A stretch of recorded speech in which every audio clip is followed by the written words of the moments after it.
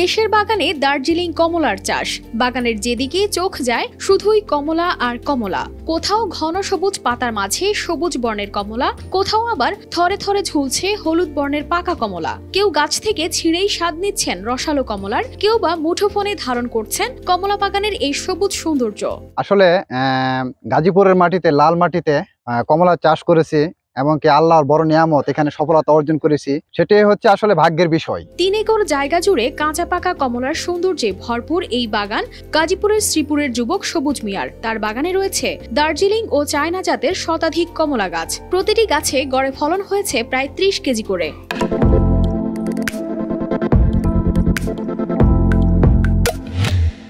এই লাল মাটিতে কমলা চাষ এমন ব্যাপক হারে হবে তা আসলে সত্যি অবিশ্বাস্য। আর এখানকার কমলার যে জুস অত্যন্ত চমৎকার, স্বাদটাও একটু ভিন্ন রকম। আমরা আসলে বাজার থেকে কমলা কিনে খাই, সেটা কবে নাগাদ বাজারে আসে, কিভাবে সংরক্ষণ করা হয়, কিভাবে ভোক্তা পর্যায়ে যায় তা আমরা হয়তো কেউ জানি না।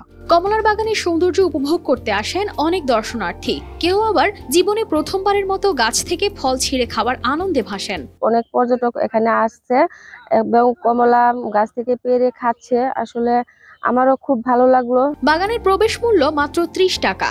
একবার ঢুকে ঘুরে ঘুরে দেখা যাচ্ছে পুরো বাগান। দর্শনার্থীরা গাছ থেকে নিজের হাতে কমলা পেড়ে খাচ্ছেন, কেউ ওজন করে মেপে নিয়ে যাচ্ছেন।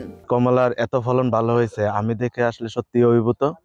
আমি পরবর্তীতে আমার ফ্যামিলিকে নিয়ে আসবো এই কমলা বাগানে। বাগান থেকে সরাসরি বিক্রি হয় বলে কষ্ট করে নিতে হয় না বাজারে। জেলার বিভিন্ন প্রান্ত থেকে দর্শনার্থী এখানে আসেন এবং কি কমলা সংগ্রহ করেন নিজ হাতে। বাগানের শুরুটা ছিল 4 বন্ধুর সম্মিলিত পরিকল্পনা। অভিজ্ঞদের পরামর্শে বনজ গাছের জায়গায় রোপণ করা হয় কমলার চারা। শুরুতে উৎপাদন কম হলেও এবার পুরো ফলন উন্মুক্ত। প্রতি কেজি দার্জিলিং কমলা বিক্রি হচ্ছে 300 টাকা কেজি দরে। এমন চাষ বাড়ির আঙ্গিনা ও ছাদে করলে ভবিষ্যতে আমদানি করে কমলা খেতে হবে না। আমরা 8-9 জন আসছি, এইরকম একটা সংবাদ দেখলাম যে একটা কমলার বাগান আছে এখানে এবং এত সুন্দর ফলন হয়েছে যে আমি দেখে আবেগ আপ্লুত হয়ে গেছে। দেশে এমন রসালো স্বাদের বিদেশি কমলা চাষের খবর ছড়িয়েছে সামাজিক যোগাযোগ মাধ্যমেও।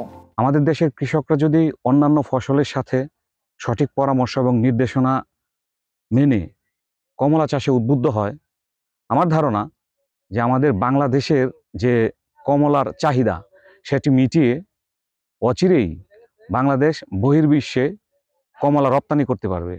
দেশীয় উৎপাদনের মাধ্যমে কমলার পুষ্টি চাহিদা পূরণ করতে মাঠ পর্যায়ে ভূমিকা রেখেছে কৃষি বিভাগ। দার্জিলিং কমলার যে সাইজ এবং টেস্ট এসেছে তা অসাধারণ।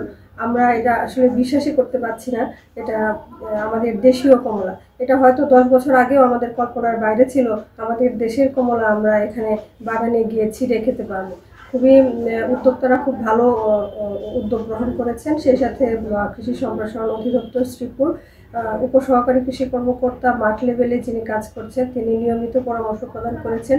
সবুজ মিয়া আশা করছেন আগামী মৌসুমে ফলন আরো বাড়বে, আর এতে দেশীয় চাহিদা পূরণের পাশাপাশি সম্ভব হবে রপ্তানির। News desk, RTV।